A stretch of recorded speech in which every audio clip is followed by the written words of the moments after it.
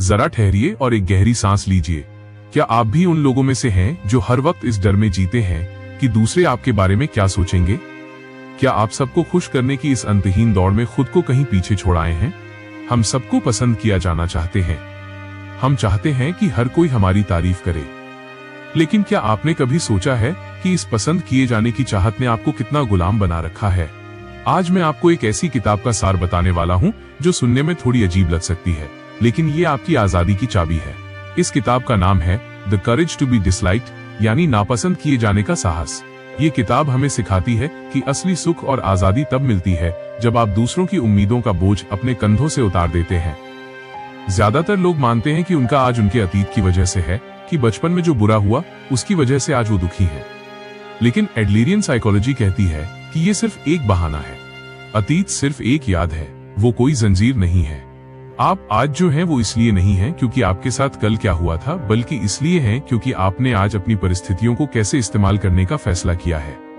याद रखिए, आपकी जिंदगी का मकसद आपके हाथ में है, आपके बीते हुए कल में नहीं।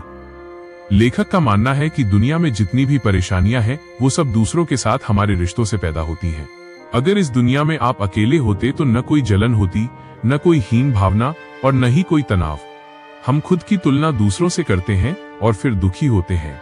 हम दूसरों को अपना दुश्मन समझने लगते हैं। लेकिन अगर आप सबको अपना साथी समझना शुरू कर दें तो आपकी आधी मानसिक बीमारियां वहीं खत्म हो जाएंगी। आपकी खुशी इस बात पर निर्भर नहीं होनी चाहिए कि आप दूसरों से आगे हैं या पीछे। अपनी जिंदगी को शांत बनाने के लिए आपको कार्यों का बंटवारा करना सीखना होगा।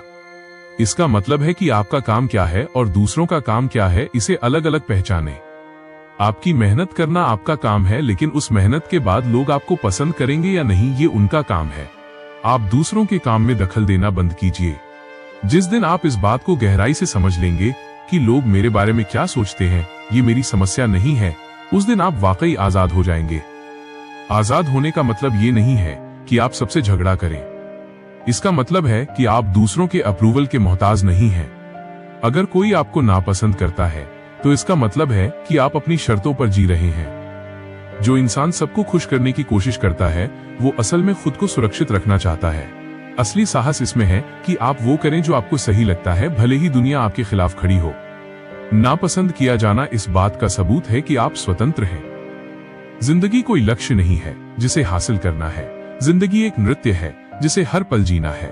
हम अक्सर सोचते हैं कि जब हमें वो नौकरी मिलेगी तब हम खुश होंगे, लेकिन एडलर कहते हैं कि जिंदगी अभी है, इसी पल में। आप अभी इसी वक्त खुश होने का चुनाव कर सकते हैं। दोस्तों, दुनिया बहुत सरल है, इसे हम अपनी सोच से जटिल बनाते हैं।